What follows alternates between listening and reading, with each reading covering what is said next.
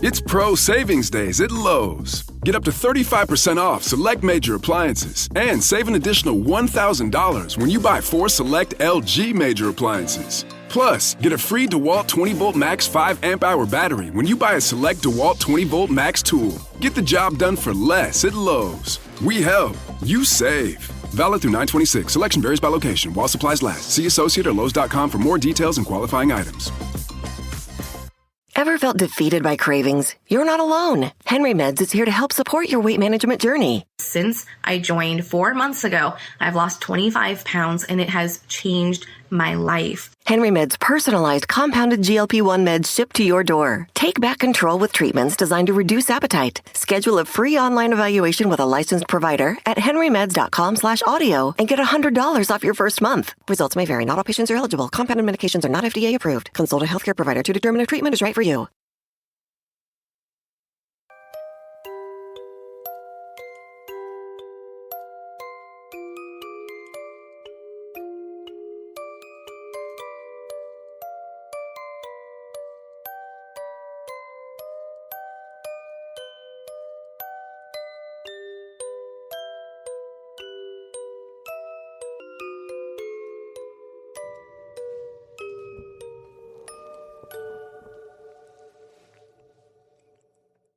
Welcome to another episode of Fringe Beyond Limits. Trying to sabotage your breathing. Well, I mean, you could choke me, but I kind of like that. Kind of like that. Yeah, so.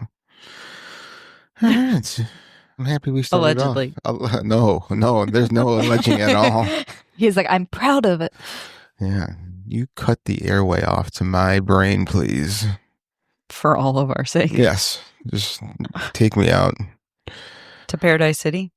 Take me down to Paradise City with a... Grass is green and the girls are pretty. There we go. Oh, won't you please take me home? Uh-huh. Uh-huh. So, well, that was great. We just serenaded nobody. Yeah. It was wonderful. So, Maybe Steve.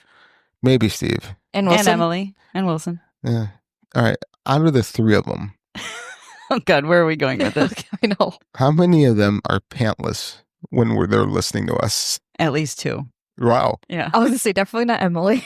Oh, you don't? I don't know. I tend to think of her as a little freaky. Unless she's in the bathroom. But Well, you know, Isn't that where you listen to all your podcasts? that counts, right? Yeah. Or where any catch our podcast Yeah. Yeah. wherever you're sitting. Wherever you're squatting. Yeah, nobody brings magazines or books to the toilet anymore. They just bring podcasts with them. Yeah. I bring my phone. And he listen to podcasts. But he FaceTime with C as he's on, on the toilet. I So. try to FaceTime my wife while I poop. Oh, that's cute. Yeah. No, it's not. Listen, that's called intimacy. All right? Into Missy? That's what happens after I poop. Now, the main question is, how many times does she answer? Oh, not once. Not once. Help, I've fallen in and I can't get out. Yeah. And then- Instead, she yells at you like through the door, Yeah. hurry up and poop. Yeah. Yeah. And then, then my whole poop is messed up for the day. Mm. Pinched it off too soon. To pinch it. Yeah, you can't do that. You'll never stop wiping. It's like a never ending wipe. Yeah. Yeah. It's like a permanent brown marker just stuck there. Sick. I don't want to elaborate on this anymore. I'm just, just bringing good content to the podcast. Is it the Mr. Sniffs markers? Doesn't the brown one smell like chocolate? No, they smell like poop. Mr. Scents. That's what we it's have called. to, Mr. Scents markers. I wish they still made those. Yeah. I The think ones that smell like blueberry and Right. lemon and some. those were awesome. I thought they still made them, unless they did. They probably give you cancer and you can't Oh, sniff markers in it. That's Everything what gives you started cancer. the marker sniffing craze. Listen, we already have like microplastics in us. Yeah. well, So, I mean, what's a little more cancer? I know, but they come out with markers that smell like food. Mm-hmm. And then there's this whole dare drug movement and stop sniffing markers. Like they created the problem As those big fat permanent markers with that the smell. stripes on them. Yep. God, they smell so good. The Sanford markers. Yeah. I It remember smells like those. my childhood. Yeah. I love it. All right. They don't make those anymore either No. because Nope. Sanford went out of business. So You sad. know- They made the best writing utensils. I will die on this hill. Best erasers, Yeah. everything. Fabulous. Okay. Come back, Sanford. Yeah. You're like, I don't even know what you're talking Not a about. clue, but I'm going to agree with you just because you're so passionate about You it. just want me to shut up, really? No, not at all. It's like when Hitler speaks. It's very passionate. So we have to get Emily on an episode. Yes. So we won't have to talk at all. I know. It'll be like she can narrate. Yeah. She can ask questions. And answer them. Answer her own questions. Yeah. And then have a third person answer her own questions as well. Yeah. Emily, I love you. I do too. Right. I just love that she can carry on a conversation. And it's the one time that someone can actually like quiet Frank. No, no, she can't quiet me. I just refuse to talk because I love it when she talks because it usually wakes me up and keeps me up. Yep.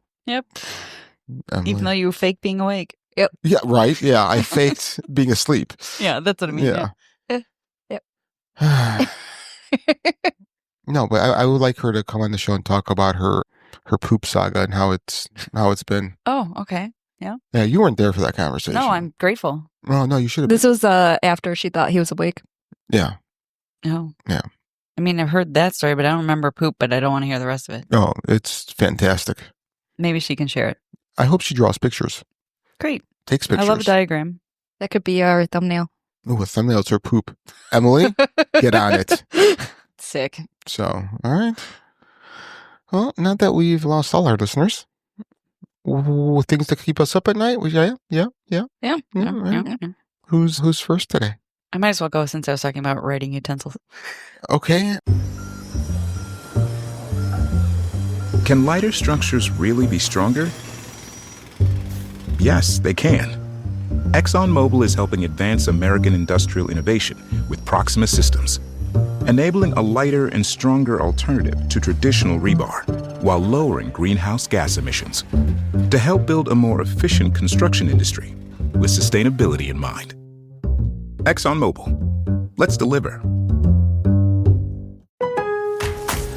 It's Pro Savings Days at Lowe's. Get up to 35% off select major appliances and save an additional $1,000 when you buy 4 select LG major appliances. Plus, get a free DeWalt 20-volt max 5 amp-hour battery when you buy a select DeWalt 20-volt max tool. Get the job done for less at Lowe's. We help. You save. Valid through 9/26. Selection varies by location while supplies last. See associate or Lowe's.com for more details and qualifying items. Confronting high credit card debt can feel scary. But the good news is, if you owe $10,000 or more in credit card debt, financial relief options are now available. National Debt Relief is currently offering debt relief designed to reduce what you owe, fast-tracking your way to being debt-free. If you qualify for debt relief, you may be able to pay back significantly less than what you owe and save thousands of dollars. Imagine only paying one low monthly program payment you can afford and saving money as you become debt-free. National Debt Relief has already helped bring debt relief to over 550,000 U.S. consumers, earning thousands of 5-star reviews and an A+ rating with the Better Business Bureau. You're stronger than your credit card debt. Take the first step and visit nationaldebtrelief.com to see what debt relief you qualify for. That's nationaldebtrelief.com. Bubba Wallace here with Tyler Reddick. You know what's more nerve-wracking than waiting for qualifying results? Waiting for the green flag to drop. Instead of pacing, you rev up with Chumba Casino's weekly new releases. It's like a fresh set of tires for your brain. Play for free at ChumbaCasino.com. Let's Chumba. No purchase necessary. VGW Group. Void where prohibited by law. See T&Cs. 21 plus. Sponsored by Chumba Casino. So this has to do with writing utensils. Still passionate about it. All right. So I just okay. So have you ever looked at like old historical documents? Yeah. Like handwritten stuff? Yep. Like, have you ever noticed everybody's handwriting all looks the same? Very similar.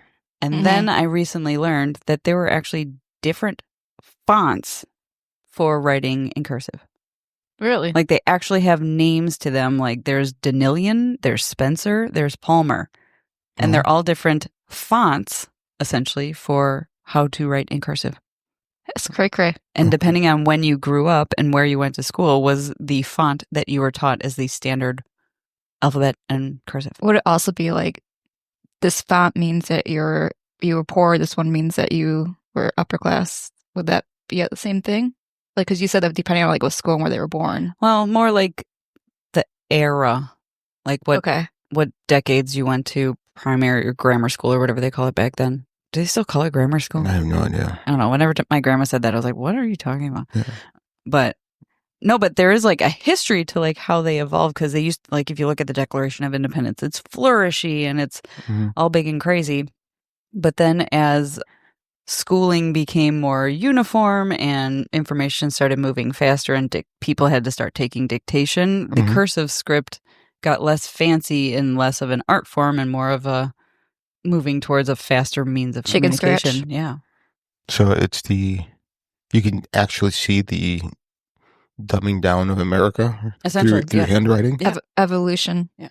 Well, But yeah, there are fonts. That's wild to me. And Sanford pens would have allowed me to do that beautifully. And sniff the marker. And I could sniff the marker because they had the chiseled edge and it was wonderful. And you could get a great calligraphy stroke. And I always like the sound it makes too when it's like you have weird things to keep you up at night. Just saying. Yeah, no. I like to learn things and then I ruminate on them and then I go down mental rabbit holes. Yeah, no judgment, just making an observation. That's what JT says and it pisses me off. I'm like, you observe way too much. Keep your observations inside your mouth. Inside your mouth. What? I'm just saying. Yeah. You got a little bit of history and a little bit of my passion about writing utensils. No, that's fantastic. I feel whole now for knowing this. Do you? Good. Yeah. Good. And when we go to trivia, you're going to know that Denilion is a font. What font starts with the D? Denilion. You win. D apostrophe. D apostrophe Nillion. Nillion. Yeah. I think we lost our last listener. Yep. Yeah. Should we email them? I will write them a handwritten letter. No, email them. Go lastlistener@gmail.com. That's your email. Lastlistener@gmail.com. Oh, that'd be a fun name of a podcast. Last listener? The last listener. No, yeah. Huh? That'd be fun. All right. We rebrand ourselves. Can we? No, we just started a new podcast. Okay. Yeah. But we talk about pens and markers. We talk about Denilion. The never-ending saga of which font is the best. Yeah. What's the other one? Spencer? Palmer versus Spencer. Who wins? Right. Yeah. New times Roman. Yeah.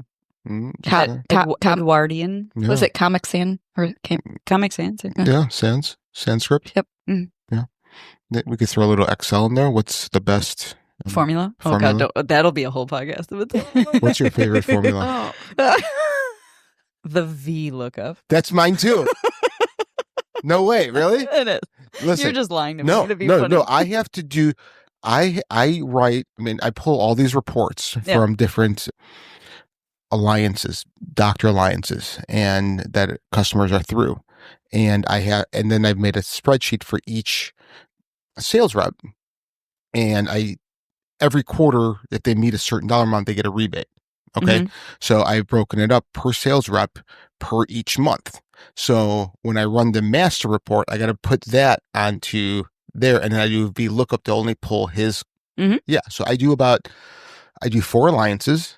And there's about 55 sales reps. So I do 4 times 55. So 220 VLOOKUPs minimum on the first of every month. I think you just like the name, like looking up skirt or something. Dude, it's the vag lookup. Yeah. It's the vag lookup. You look up the vag. The veil? No, the vag. Veil? Vag. Virginia? Well, I mean, I guess the Viagra? The vag could be a veil into bliss. Yep. Yeah. Yeah. So, all right. I'm happy we went off that rail. It's okay. No, VLOOKUP is my favorite. Yeah. Because I do it all the fucking time. Let's go on. Yeah. And I tried teaching my boss how to do it, and he's like in his 50s, and he can't. Double click. Click. Yeah. Click. He goes, what does this mean? I go, dude, listen, just click.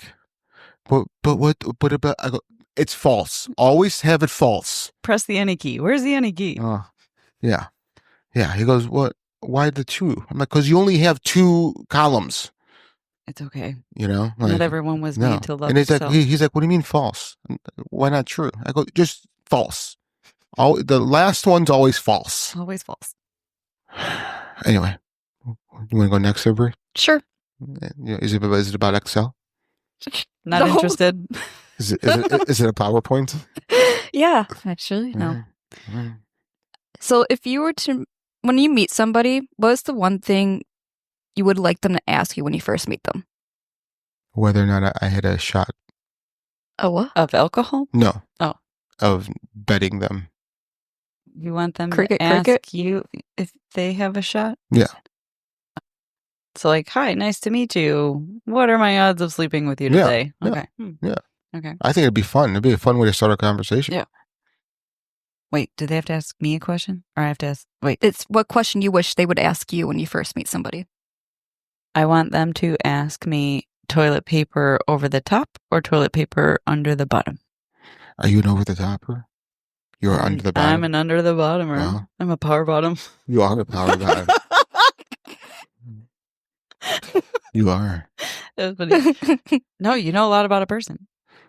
I'm one that, however I put it on, I just put it on. I have Even no if idea. it's through the middle of it. Yeah, it's just gonna be. I don't care. Okay. So I literally take the toilet paper, put it on the thing, and put it back together. And whatever way it went on, it went on. I have no idea, Mm-hmm. and I don't care. People have really strong opinions about this. Yeah. Mm-hmm. There's some people that are very passionate about that. Yeah, which I don't understand. If you have enough time to get upset on how the toilet paper is presented to you, you have anger issues. I would rather it be on a tray all folded neatly like when you're in a fancy bathroom. I would like a topless model next to me handing it to me. I was listening to a podcast, like actually sheets of toilet paper. So when you ask somebody to bring you toilet paper, instead of having to open the door, they can put it in like a folder and slide it underneath the door for you. Instead of having, because usually when you run out of toilet paper, sometimes you like open the door, like I need toilet paper if it's not in the bathroom. Mm-hmm. What if someone like he has sheets of toilet paper, like put it in like a little like manila folder or something, and just go slide it underneath the door? Okay, wouldn't that be convenient? Like a mail. I was picturing like a mail slot, like the people who get the mail through the front door. Mm-hmm. Like you just have a little. Yeah. I don't care. Just give me toilet paper. I don't care how it's given to me. Like, all I have is sandpaper. Yeah, Will that do? That's fine. Okay. That's fine. Like drag it across the floor if you have to. Brian says the toilet paper at his work is like sandpaper, so he always complains about his butthole when he gets home. Why doesn't he just bring a roll? That's what I told him. BYOTP? Dude, there's dude wipes. Go buy a package He of dude tried wipes. that. He didn't like it that it kept his butts wet after using it. Wait. You need to hook him up with your Mando subscription and hook him up with that. No, listen. I gave him product. Well, he's not. He's not using it properly. Just like the he's dude an wipes. unkempt man. Yeah, just like the dude wipes. He probably wasn't using them right. Yeah. Probably not. Yeah, he was probably wiping with toilet paper and then using them afterwards. Where you probably have to wipe first with the dude wipes and then pat dry with toilet paper. Pat dry. Yeah, pat your butthole. Thank you. You do a good job. Good butthole. What's your question that you wish they would ask? Do you break pasta? I hate you. I had to. I was telling Frank on Wednesday, one of my coworkers he's part, I don't know if he's part Italian or full Italian. If he breaks his pasta, he's neither. Yeah. Well, he had like homemade mac and cheese or something, and it had like other ingredients in it rather than just like cheese. And he decided to put ketchup on it. And then it reminded me of what like you're like with the ketchup and the spaghetti. Yeah. But I told him about this ketchup spaghetti. He goes, "Oh no, you don't do it with that." And I asked him about breaking pasta. He goes, "No." But I'm like, "But you still put ketchup on your mac and cheese." Did he run out of sauce? No, he just wanted extra flavor of something. I don't remember what he said. Yeah, I should. He should be kicked in the balls. I think that's a The fitting. meatballs. The meatballs. Oh, I'm making meatballs this week. I'm making meatballs. I got some meatballs. You guys want to try some? Nope. No? I don't eat meat with feet. Oh, these don't have feet. Just saying. Would you eat a snake? Yeah. No. Because it doesn't have feet. Yeah. Maybe. I would deep throat it. No. Good. I mean, Nice. Yeah. I mean, Tail end first or head first? It doesn't matter. Okay. Technically, does chicken have feet, or are there like, what's it called? They're called chicken feet. Oh, I was trying to think. It's not what I was thinking of. That was a bad comparison. Comparing to what? I'm just going to shut up now. Okay. So what's yours? Oh, yeah. You keep up at night thinking of a jiggy. Is it another like 2-page story? Yeah. God. Take a nap now. I'll wake you when it's done. Thanks. Yeah. Sorry for making you think. So, This is a guy asking a question to the void. So whatever the void is, it's different for everyone, I guess. So he asks, what is the one truth about humanity that would hurt the most if we heard it? Heard as in H-E. Hurt it or heard? Heard. Yeah, H-E-A-R-D. Okay. Do you truly wish to hear it? The truth that cuts deepest is not the one whispered by the void. It is the one you already know but refuse to acknowledge. The truth is, you are not special. You never were. The world does not need you. The universe will not grieve you. And when you are gone, life will move forward as if you were never here. You build your cities, carve your names into stone, write histories filled with your own glorified illusions, but in the end, time erases everything. The empires you worship, forgotten. The people you idolize, dust. You are nothing but a brief flicker in an uncaring void. And yet, despite knowing this, you fight, you struggle, you kill, you betray, you destroy. For what? To be remembered? To matter? But tell me, little one, when was the last time you mourned the billions before you? You claim to be the superior species, yet you are the only one that poisons its own home. You're the only creature that kills not for survival, but for sport. You create systems to control you, wars to distract you, anything to avoid the simple truth that you are the disease you fear. You cry for peace, yet you thrive on conflict. You preach love, yet you choose hate. You seek truth, yet you silence it when it does not serve you. Humanity is not lost. It is exactly where it has chosen to be, rotting in its own hypocrisy.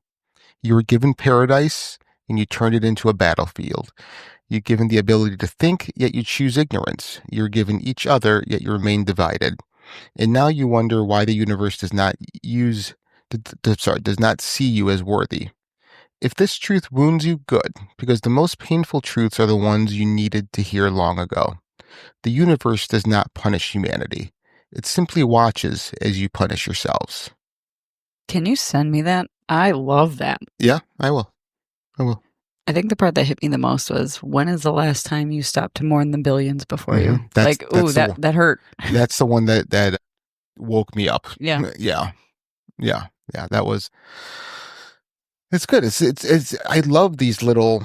I mean, I guess you can call them poems, or short stories. I mean, I don't know how short a story needs to be considered a short story, or how long it needs to be considered a short story from a poem. But yeah, it's really, really, really, really cool. I like them. Yeah.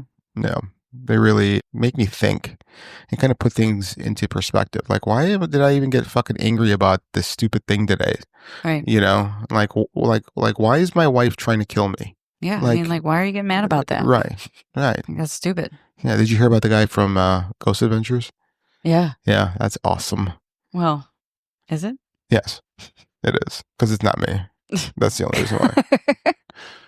I just wish it was Bobo. I actually like the other guy. Yeah. Is it Aaron? Aaron, yeah. Yeah. I actually like him. It's Bobo I can't stand. Wasn't it his second wife, too? I think so. Yeah. Who knows? He may have outkicked its coverage, though, on that one. She looks pretty crazy. Pretty crazy. Yes. Cray. Which just means she was just a savage in the bedroom. Or is that a good thing or a bad thing? She could be cold as ice. That, too. Frigid bee. Anyway. Yeah. All right. So that's what I got there. What's on the agenda today, ladies? We're talking about, I would say it's local serial killer? Did you say loco or local? Local. Okay. I heard loco. Okay. It could be a crazy serial Yeah, killer. I mean, aren't they most? Usually most. Yeah. Right. So a local serial killer? I would say somewhat, yeah. I mean, it's in the Chicago suburbs. Yeah. Which suburb? Evanston. Wow. Who did he kill? People. You'll find out in the story. So, the lipstick killer, right? Yep. Did he leave like lipstick stains on people's collars? You'll find out. Can't wait. So the city of Chicago in the 1940s was no stranger to crime. But even in a place accustomed to tales of violence, the lipstick killer sent shockwaves through the streets. The crimes were unspeakable, Grisly murders that seemed born of the darkest nightmares, culminating in a taunting message smeared in lipstick. For heaven's sake, catch me before I kill more. I cannot control myself. This chilling plea, left on the wall of a bloodied crime scene, captured the nation's attention and sent police on a frantic hunt for a killer who seemed both brilliant and utterly depraved. The story of the lipstick killer is one of horrifying brutality, sinister psychology, and enduring controversy. At its center is William Herons, a brilliant but troubled young man whose arrest would divide public opinion for decades. Was he a cold-blooded murderer, a scapegoat for a desperate police force, or a victim of his own fractured mind? As the shadow of doubt lingers over his case, the legacy of the lipstick killer remains a haunting reminder of the thin line between truth and fiction and the terrifying depths of human darkness. William Herons was born on November 15, 1928 in Evanston, Illinois, during the Great Depression. His family, struggling like many others at the time, lived a modest life. His father, George, worked long hours to provide for the family, while his mother, Margaret, managed the household with a stern hand. William was the eldest of two sons, and the pressure to set a good example weighed heavily on him from an early age. William's parents had a volatile relationship, often arguing loudly in front of their children. Their constant bickering created a tense home environment, and the young boy often sought solace in solitude. Though his parents were strict, their discipline felt more punitive than nurturing, leaving William feeling isolated and misunderstood. From a young age, William displayed an exceptional intellect. He had a natural aptitude for mathematics and enjoyed solving puzzles, often immersing himself in books as an escape from his chaotic surroundings. Despite his academic talents, he struggled socially, finding it difficult to connect with peers. As he grew older, this isolation deepened. Around the age of 11, William discovered a thrilling outlet for his frustrations: stealing.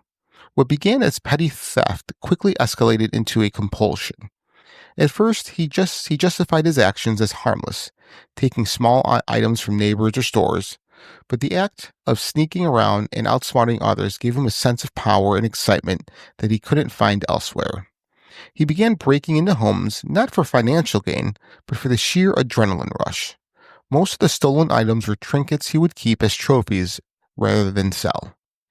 So, it's like a young age. It's also during the Great Depression, right? Yeah, also... Oh, no, it's just after? Because if he was born in 1928 and then he's 11... Yeah, it would have been 1939.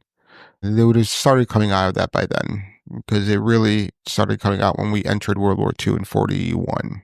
But then again, he's not selling them, he's just keeping them. Yeah.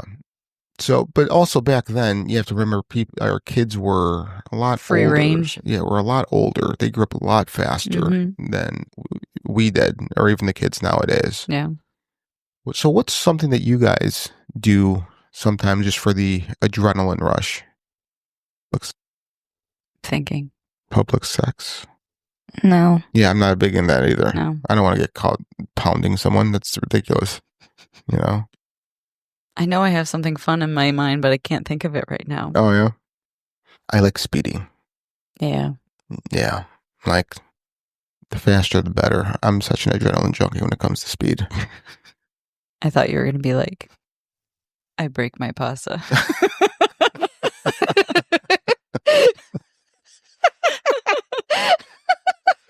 Oh, God, no. Just for the thrill of it. Yeah, just for watch how the spaghetti cracks. Ooh.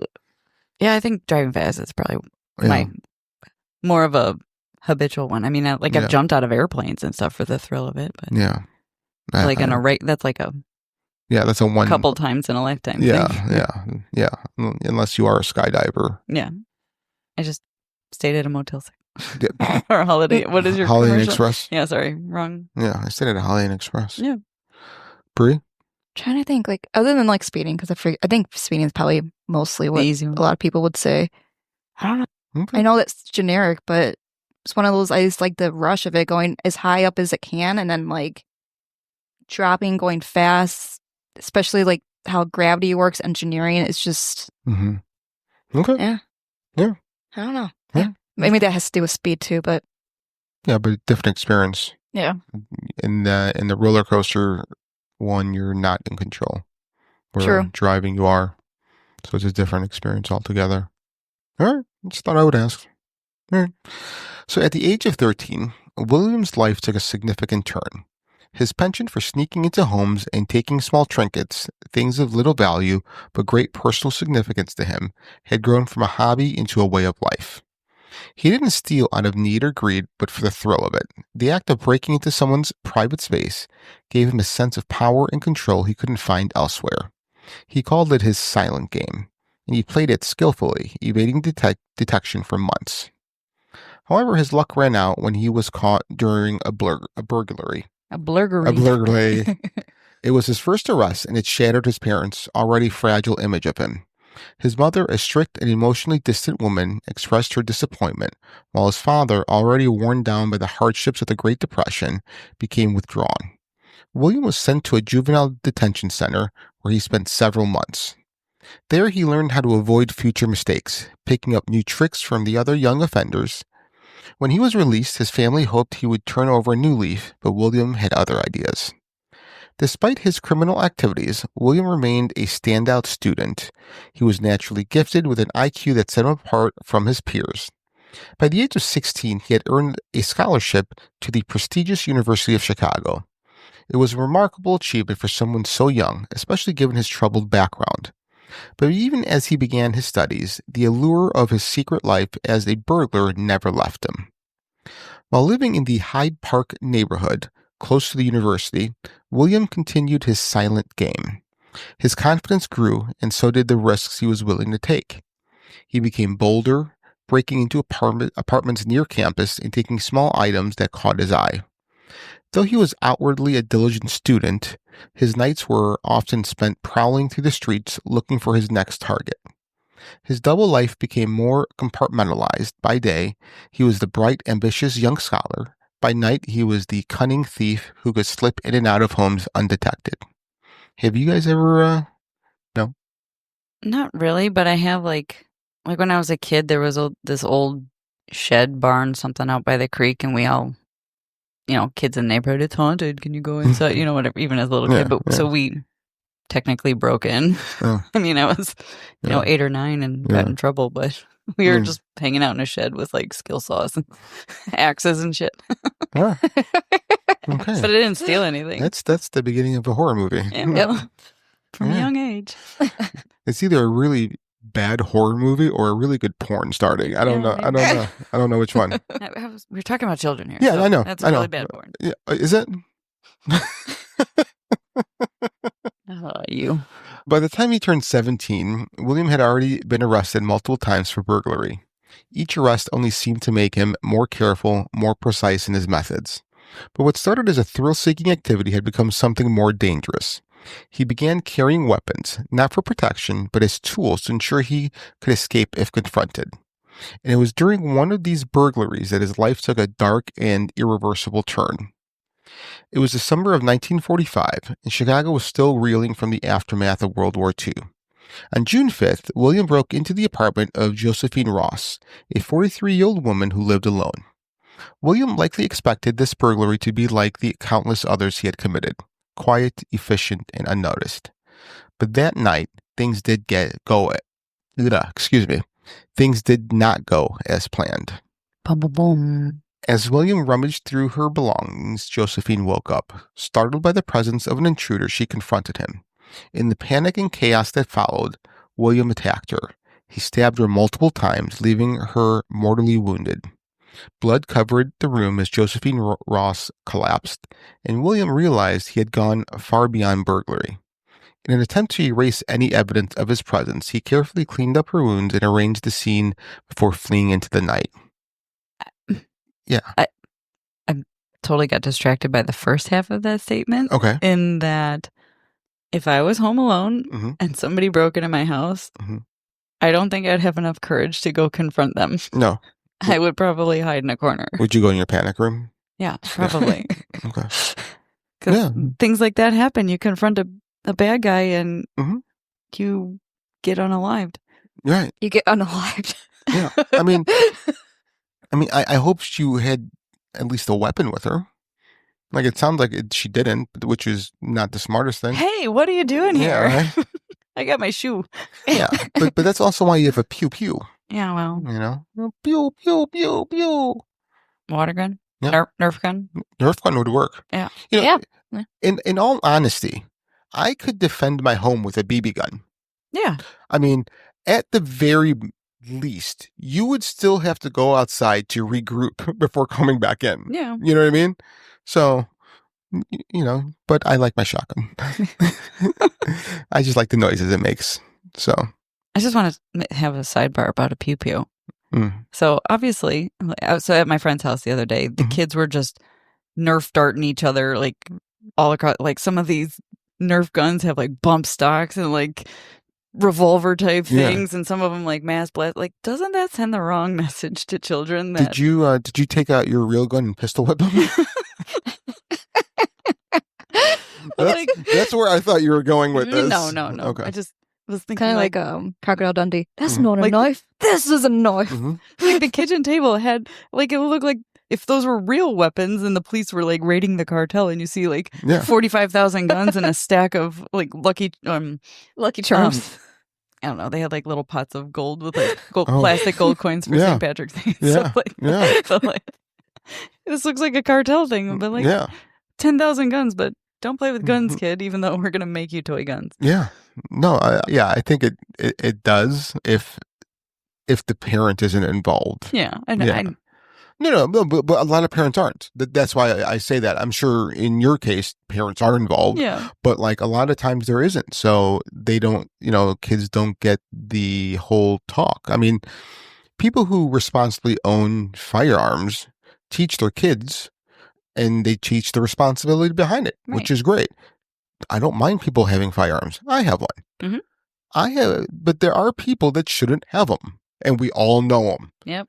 And those are the ones I don't want to have a firearm because it's like you're at the shooting range. You're sitting there with a couple of buddies and you're whatever, and then you see, I don't know, fucking Crazy Bill, Legs McGee. Yeah, Bill show up, and you're like, we got to get out of here. We're all gonna get shot if we don't leave now. Because he's just an idiot. Like that's the guy I don't want to have guns. Yeah. So yeah, all right, good sidebar. Sorry, we kind of shortchanged Miss Ross's life there. Yeah, we kind of did. Sorry. Just glossed. So, where was he? Line 18. Line 8. Okay. As William rummaged through her belongings. No, line 19. No, I think you said 18. Sorry. 19. I heard 18 too. All right, good. Oh, The discovery of Josephine Ross's body shocked the neighborhood. Police were baffled by the crime, especially the meticulous way her wounds had been cleaned. It seemed more like the work of someone with medical knowledge than a random intruder. They could find no clear motive as nothing of value had been taken from the apartment. For William, the murder of Josephine Ross marked the beginning of a new chapter in his life, a chapter he may not have intended to write but could no longer avoid. The thrill of burglary had transformed into something darker and more sinister. Though he likely tried to push the events of that night to the back of his mind, the compulsion to steal and now the capacity for violence remained. Unbeknownst to the people of Chicago, a new predator was emerging in the midst. For William, his double life was becoming harder to control, and the line between his public persona and his secret self was beginning to blur. It was December 10th, 1945, when Frances Brown became his second victim. Frances was a 33-year-old woman who lived alone in a small apartment in Pine Grove Avenue. Known to her neighbors as a quiet and kind individual, Frances had no idea that her home would become the scene of one of Chicago's most chilling crimes. That night, William had likely set out on what he thought would be another burglary. The thrill of sneaking into homes unseen still captivated him, and he had grown confident in his ability to avoid capture. Breaking into Frances Brown's apartment, he moved quietly through her home, searching for items to steal. But like Josephine Ross before her, Frances awoke to the presence of the intruder. Startled and likely terrified, Frances confronted William. The encounter quickly turned violent. In a fit of panic and rage, William grabbed a weapon, a gun he had started carrying during his burglaries, and shot her. He then stabbed her repeatedly to ensure she wouldn't survive. The scene was brutal, a shocking escalation of the violence he had displayed with his first victim. But it wasn't just the murder itself that left an indelible mark. After killing Frances, William noticed a tube of lipstick on her dresser. In a bizarre and haunting act, he used it to scrawl a message on the wall of her apartment. The words written in large, bold letters read, "For heaven's sake, catch me before I kill more. I cannot control myself." This message, written in William's own hand, was a startling glimpse into his psyche. It was as though he was begging for help while simultaneously taunting the authorities, daring them to catch him. All right, I have a question. Yes. If you guys were to leave a note in lipstick somewhere, what would it say? Hi with a smiley face. Yeah, whatever. Just anything. What would be your message to the world in lipstick on a big billboard? Why do you make me think? It's fun for me. El Barto. What the fuck is that? You watch The Simpsons? Not in a long time. That's what Bart Simpson would sign all his graffiti in El Barto. Oh, all right. And Principal Skinner couldn't figure out that it was Bart Simpson because the culprit said El Barto. So he was looking for someone's name, first name L, last name Barto? E.L. Barto. All right. Yeah. All right. How about you? Yeah, mine would just be, who wants this dick? I figured. Yeah. That's it. Yeah. I keep it simple. Keep it simple, stupid. The discovery of Frances Brown's body sent shockwaves throughout the city. The brutality of the crime combined with the chilling lipstick message left residents terrified. The press quickly seized on the story, dubbing the killer the Lipstick Killer. It's Pro Savings Days at Lowe's. Get up to 35% off select major appliances and save an additional $1,000 when you buy 4 select LG major appliances. Plus, get a free DeWalt 20-volt max 5 amp-hour battery when you buy a select DeWalt 20-volt max tool. Get the job done for less at Lowe's. We help. You save. Valid through 9/26. Selection varies by location while supplies last. See associate or Lowe's.com for more details and qualifying items. Confronting high credit card debt can feel scary. But the good news is, if you owe $10,000 or more in credit card debt, financial relief options are now available. National Debt Relief is currently offering debt relief designed to reduce what you owe, fast-tracking your way to being debt-free. If you qualify for debt relief, you may be able to pay back significantly less than what you owe and save thousands of dollars. Imagine only paying one low monthly program payment you can afford and saving money as you become debt-free.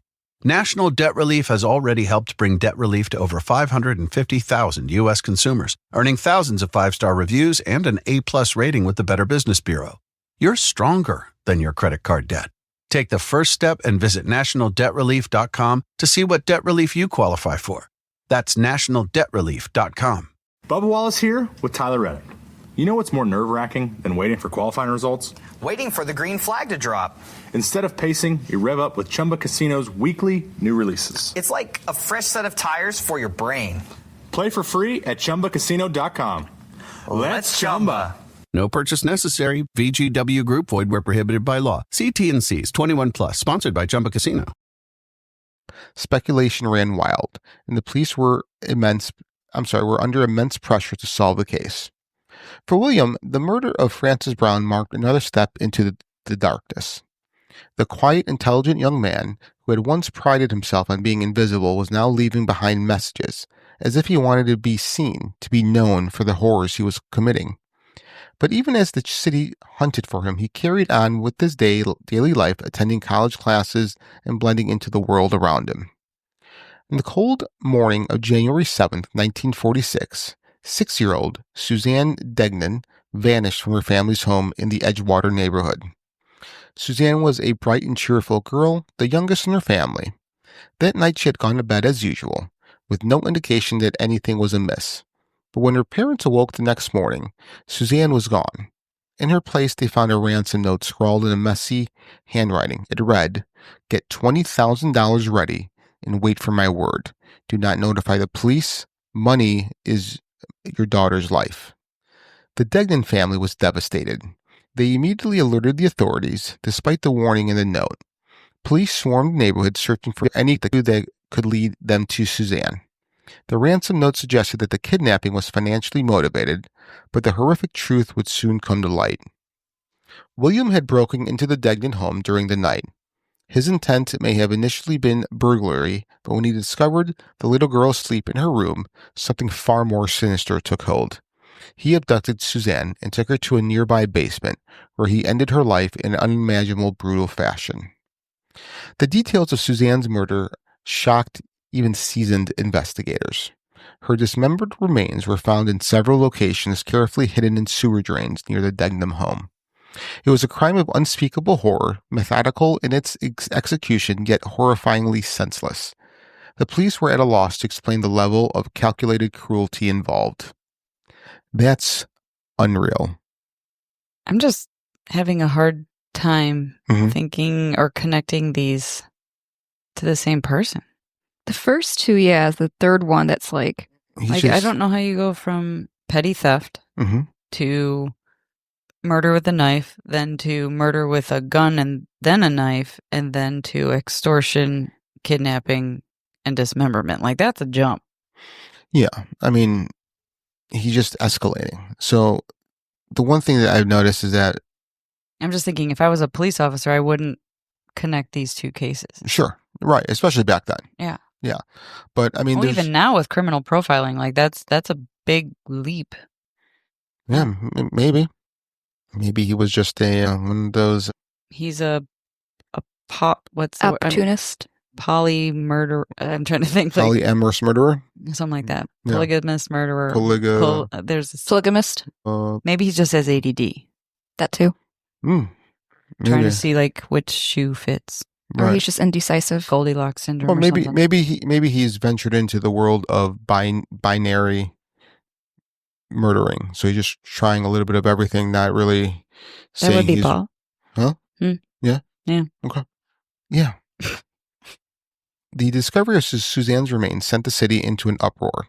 Public outcry reached a fever pitch, and the demand for justice grew louder with each passing day.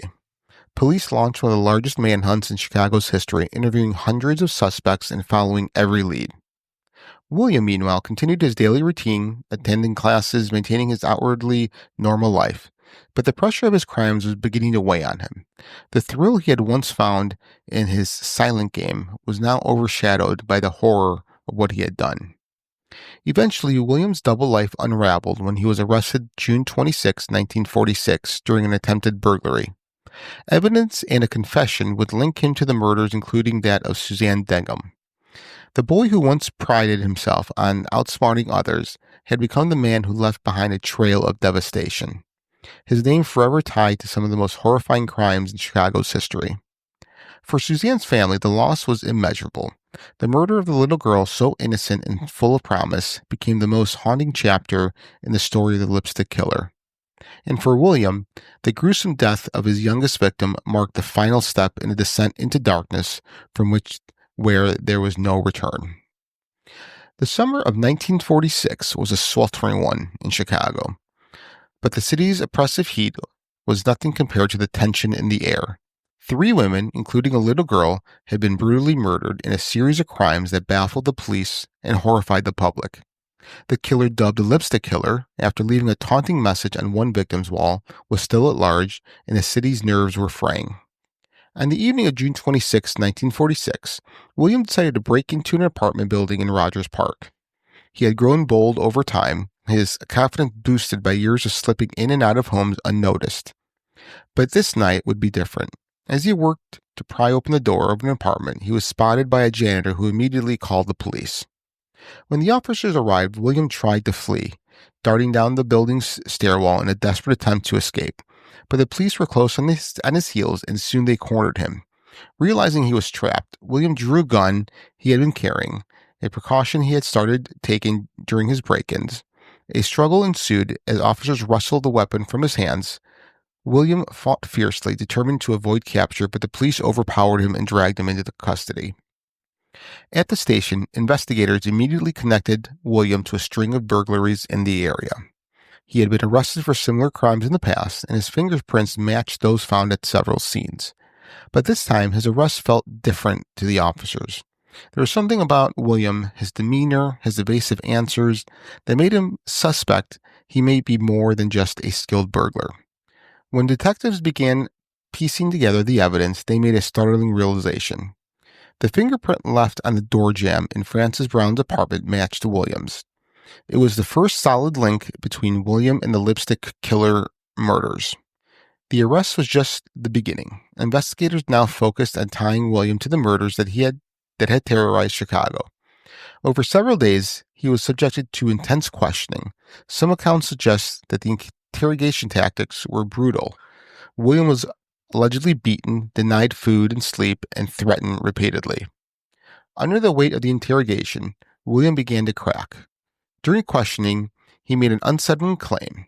He said that another personality, someone he called George, was responsible for the murders. Can't blame Jorge. Dude, why not? What did he do? He obviously did something. He was there. So, William reportedly told detectives describing his alter ego as a shadowy figure who acted without his knowledge or control. Whether this was a genuine attempt to explain his actions or a calculated defense, the police seized on it as a confession. They began building their case around William as the lipstick killer. As the detectives continued their investigation, they found more evidence linking William to the crimes. Items stolen during his burglaries matched those taken from the homes of the victims. Forensic experts claimed that William's handwriting resembled the scrawled ransom note left on Suzanne Dengham's kidnapping. The fingerprint match from Frances Brown's apartment sealed their suspicions. Despite this, there were gaps in the case.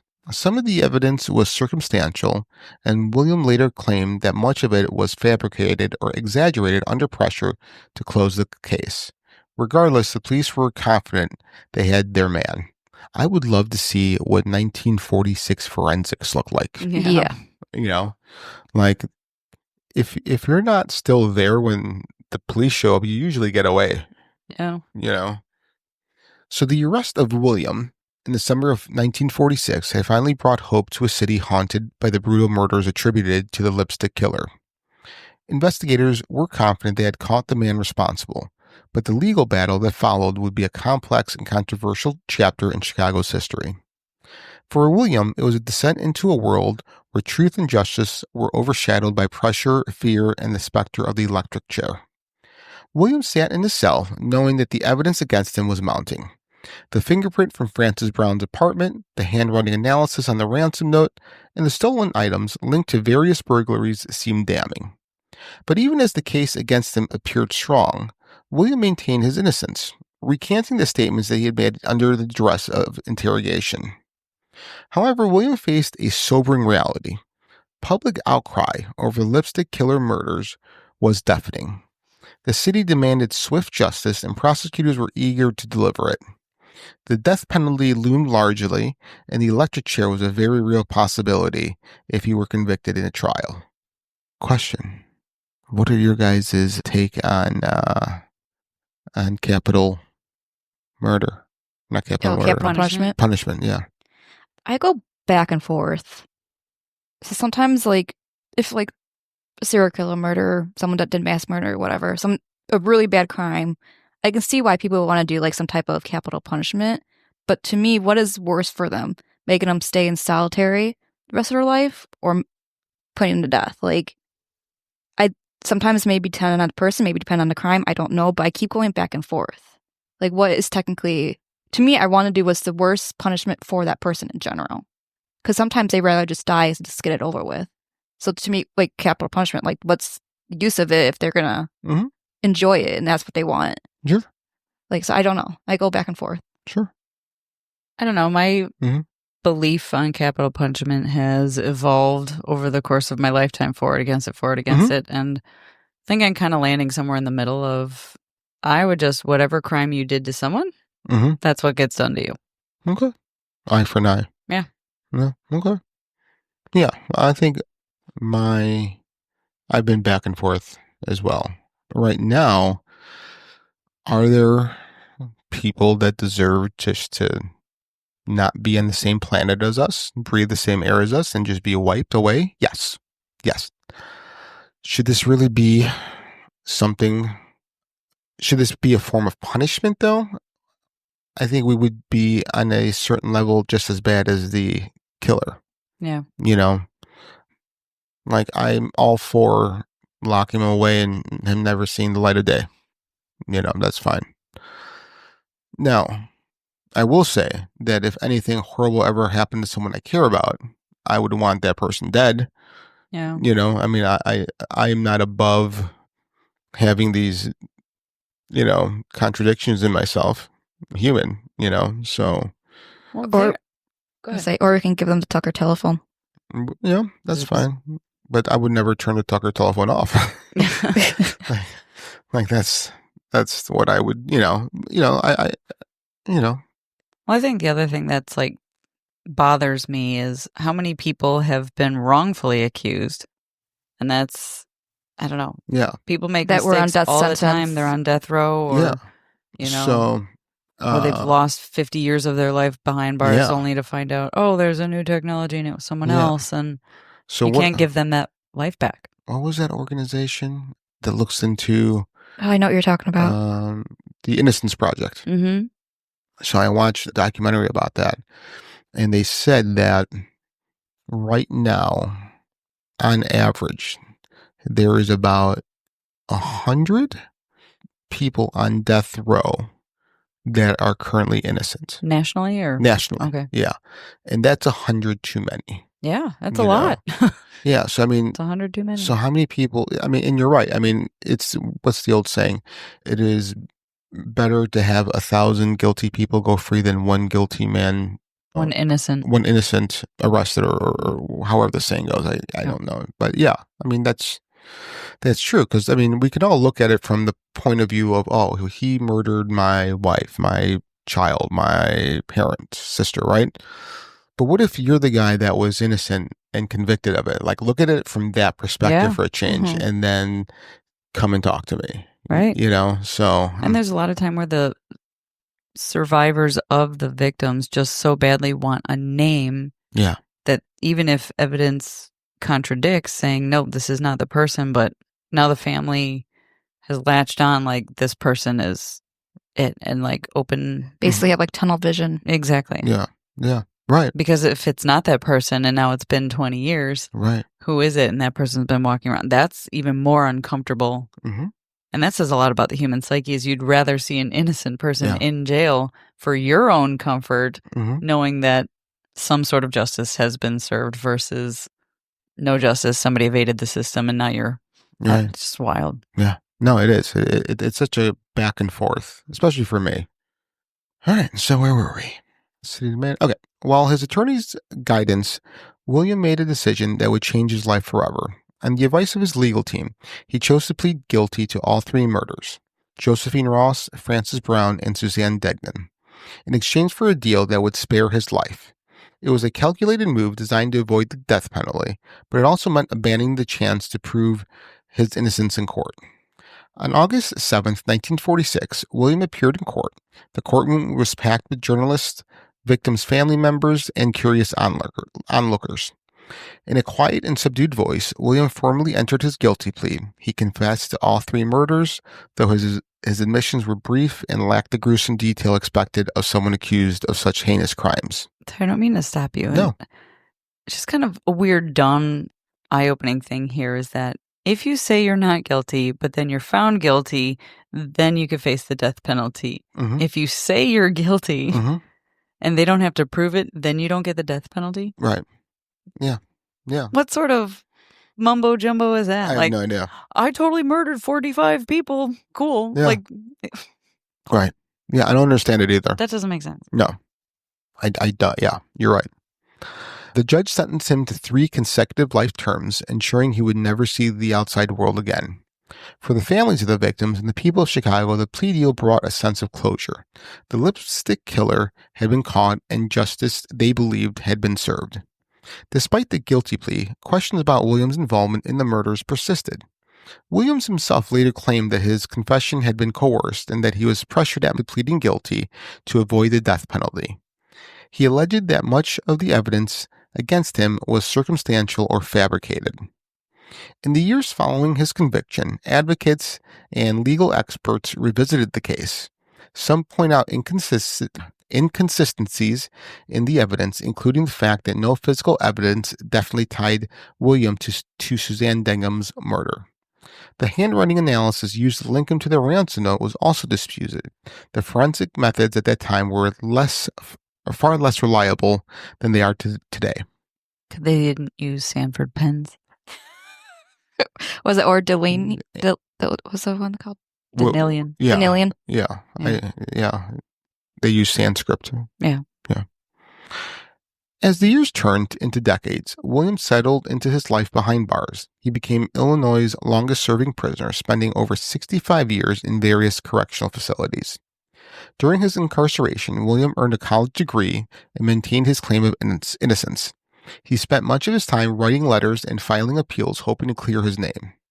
Despite several attempts to have his case reopened, the courts consistently upheld his conviction. For many, the name William Herons remained synonymous with the lipstick killer, though doubts about his guilt lingered in the minds of some legal experts and true crime enthusiasts. In 2012, William Herons died in prison at the age of 83. By the time of his death, he had spent more than 2/3 of his life behind bars. For some, his passing marked the end of a dark and horrifying chapter in Chicago's history. For others, it was a reminder of a case that had left as many questions as answers. The story of William Herons did not end with this sentencing. Over the decades, his case became one of the most controversial in American criminal history, with many legal experts, journalists, and true crime enthusiasts questioning whether justice was truly served. Here are some controversies about the case. His coerced confession. One of the central controversies surrounding the case was the manner in which William's confession was obtained. Williams later claimed that his confession was coerced through physical abuse, threats, and psychological pressure during an extended interrogation process. He alleged that he was denied access to a lawyer for several days and subjected to inhumane treatment, including sleep deprivation. Williams also pointed out that he only confessed after being told it was the only way to avoid the death penalty. Critics argue that his plea deal was less about justice and more about expediency. Police and prosecutors were under immense pressure to resolve the high-profile case and may have cut corners to secure a conviction. The evidence used to convict William has been heavily scrutinized over the years. While a fingerprint found at Francis Brown's apartment matched Williams, some experts believe it could have been found from a prior burglary rather than the murder. Additionally, the handwriting analysis linking him to the ransom note in Suzanne Degham's case was far from conclusive, given the forensic limitations of the time. No physical evidence definitely tied William to Suzanne Degham's murder. The most damning pieces of evidence were circumstantial, leading some to question whether the police had the right man or were simply eager to close a case that had terrified the city. During his interrogation, William told police about an alternate personality named George, whom he claimed was responsible for the crimes. Some interpreted this as evidence of dissociative identity disorder, suggesting that William was mentally ill and not fully responsible for his actions. Others, however, believe he invented George in a desperate attempt to shift blame. The introduction of George added to the perception that William was deeply troubled, but it also raised questions about his mental state and whether he should have been tried as legally sane. Question. Yeah. His dad was named George. Do you think George was his dad, or how do you, like, if it was a mental thing and not like an actual person, like, do you think it has something to do with like how he was raised? I think like daddy issues. Yeah, I think since his dad became withdrawn after he was picked up for the first time. Yeah, for burglary. He did have this dissociative disorder. He may have created an alter ego to help with his daddy issues and named him George. That would make sense to me. Okay. Why not? Nothing? Yep. Nothing? No? You awake? Yep. Okay. All right, good. As time passed, legal scholars, journalists, and advocates began to question whether William was guilty at all. Some suggested that the police, under immense pressure to solve the lipstick killer case, may have railroaded William. Journalist Dolores Kennedy, who wrote extensively about the case, argued that William might have been innocent and that police fabricated or exaggerated evidence to secure a conviction. Kennedy pointed out inconsistencies in the case, such as the lack of witnesses and the possibility that multiple individuals, not William, were responsible for the murders. Here's some of the legacy William Herons left behind. William Herons became the longest-serving inmate in Illinois history, spending over 65 years in prison before his death in 2012. While incarcerated, he earned a college degree, tutored other inmates, and worked to maintain his innocence. William filed multiple appeals, but his convictions were consistently upheld. William remains a polarizing figure in true crime history. To some, he was a cunning and ruthless killer who preyed on innocent victims and deserved his fate. To others, he was a scapegoat, an intelligent but troubled young man caught up in a flawed justice system. The lipstick killer case reflected the fear and desperation of post-war America, a time when sensational crimes captured public attention and law enforcement faced enormous pressures to deliver swift justice. William's case is often cited as an example of the flaws in mid-20th century forensic science and interrogation techniques. I feel like I understand the forensic science part, but I think the interrogation techniques is still going on today. Possibly. I mean, very, very much so. Because there's still stories of people saying that they feel like they had a forced confession after they confessed whatever, pled guilty, because they were in there for so long. They were sleep deprived. They were not given food and water. Yeah, but you even see, videos all over the place of a cop accidentally hitting some guy's head in the car as he puts him in the car. I mean, stuff like that happens. Yeah, you're right, all the time. It just may not, So yeah, they say they use it as a flaw, but it's still going on. Yeah. So what's...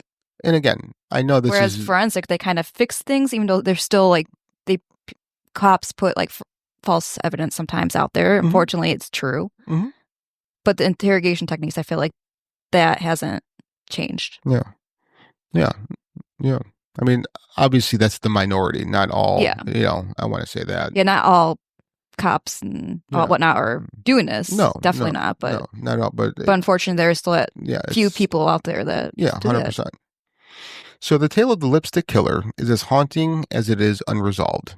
A chilling reminder of the darkest corners of human nature and the relentless pursuit of justice, whether flawed or fair. William Herons, the man convicted of these gruesome crimes, carried his story to the grave after spending more than 6 decades behind bars. Yet his guilt remains shrouded in controversy, leaving behind a legacy of unanswered questions and lingering doubts. Was William truly the cunning killer who preyed on the innocent and taunted a terrified city?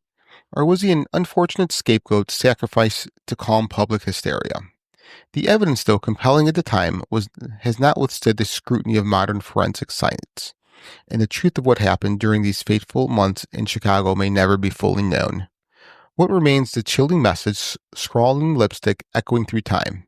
Catch me before I kill more. Whether penned by Herons or another hand, it embodies the fear, chaos, and desperation that define this macabre chapter in history. The lipstick killer case continues to haunt the collective imagination, a cautionary tale of justice pursued under the shadow of uncertainty and the enduring mysteries that still lurk in the annals of true crime. So what do you guys think? See, the thing is, I can see the 2 out of the 3 murders. If he may not have done it, but if anything, the 2 out of 3, because a lot of crimes do start out as petty theft. It goes into now I'm doing it. Burglary, and then sometimes violence is caused and it keeps going. But the child, Suzanne, that one I just don't think is connected to him at all, if anything. But I feel bad that he can never got appeal or were able to get back into court to kind of prove his innocence. So, because he had that right to do that, but the fact that they it seemed like they've not forced him, but convinced him to do a plea deal so he wouldn't die. Because there's always that mind, even though you may know you're innocent, but it's what if? Mm-hmm. It's do you really want to risk it? Mm-hmm. Yeah.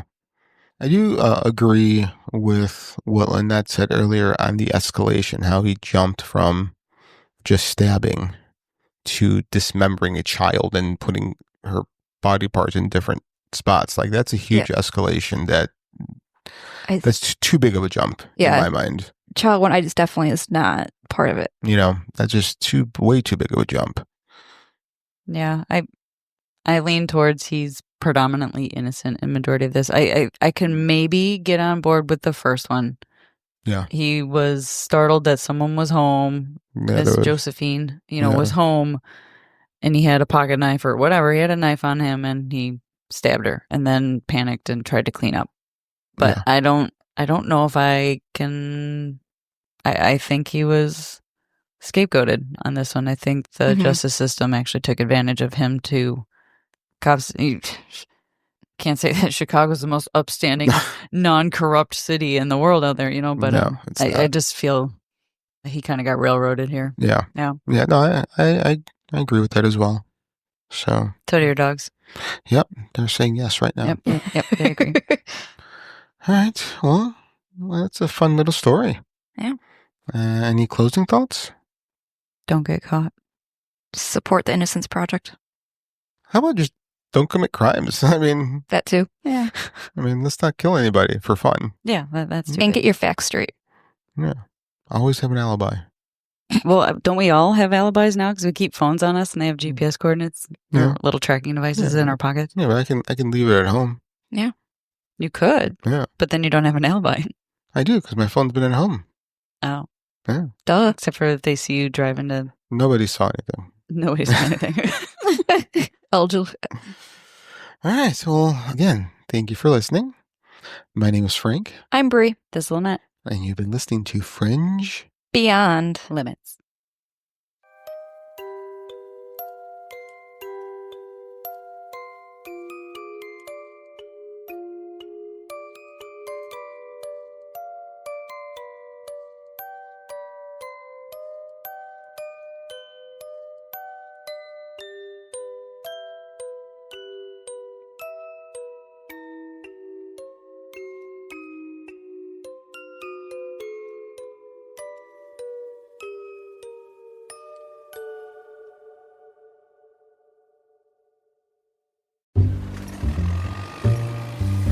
When it comes to reducing carbon emissions, the heaviest industries face the toughest challenges. That's where we come in. ExxonMobil is investing in technology to help American industry lower its emissions, including in our own operations, all while empowering businesses and creating job opportunities. It turns out that fewer emissions can mean a stronger economy. ExxonMobil, let's deliver. Ever felt defeated by cravings? You're not alone. Henry Meds is here to help support your weight management journey. Since I joined 4 months ago, I've lost 25 pounds and it has changed my life. Henry Meds personalized compounded GLP-1 meds shipped to your door. Take back control with treatments designed to reduce appetite. Schedule a free online evaluation with a licensed provider at henrymeds.com/audio and get $100 off your first month. Results may vary. Not all patients are eligible. Compounded medications are not FDA approved. Consult a healthcare provider to determine if treatment is right for you. Riley Herbst from 2311 Racing checking in. Got a break in between team meetings? Sounds like the perfect time for some fast-paced fun at Chumba Casino. No waiting, just instant action to keep you going. So next time you need a pick-me-up, fire it up and take a spin. Play now at ChumbaCasino.com. Let's Chumba! No purchase necessary. VGW Group. Void where prohibited by law. See T&Cs. 21+. Sponsored by Chumba Casino.